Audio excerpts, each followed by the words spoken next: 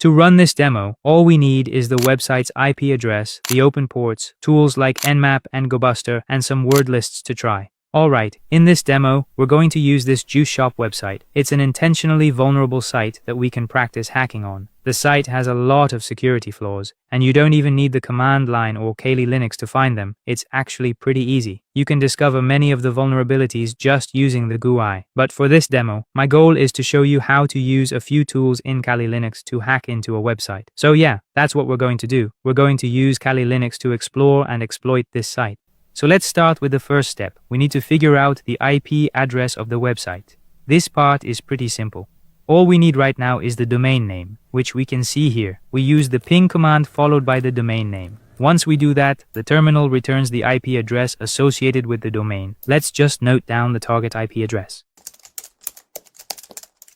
The next step is to scan this IP address to find the open ports. As we mentioned earlier, identifying open ports is important before moving on to web enumeration. To do this, we use Nmap. Since we already have the IP address, we can run a service scan to see which ports are open and what services are running on them. I'll use the following command, nmap-sv, and just type the target website IP address. Nmap-sv scans open ports and identifies the services and their versions running on those ports. This scan will take a few seconds.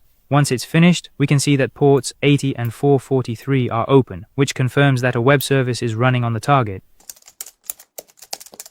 At this stage, we need seclists, so I'll briefly explain what it is. Seclists is a collection of word lists we use for enumeration, including directory and file discovery. Then, we quickly install seclists. To do that, we just run the following command.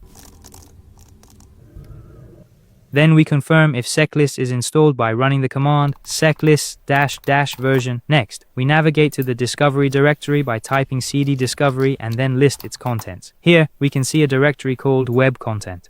So the question is, what are discovery and web content used for? Discovery and web content word lists are used to find hidden files and directories on a website that aren't visible to normal users. The next step is to navigate to the web content directory. This folder contains different word lists that we can use for web content discovery. Inside this directory, there are several files, each designed for different use cases. Some are small and focused, while others are much larger and more comprehensive. One of the most commonly used files here is common.txt. This file contains a list of common directory and file names that are often found on websites, such as admin panels, backups, configuration files, and other standard paths. Common.txt contains over 4,000 entries. This means GoBuster will try more than 4,000 common paths when scanning the website.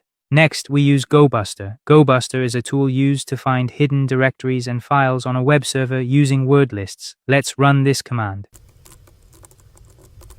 And then let's quickly copy the URL of the website and add it to this command. This command runs GoBuster in directory enumeration mode. It uses the common.txt word list to test common directory and file names against the target URL in order to discover hidden web content. Click Enter.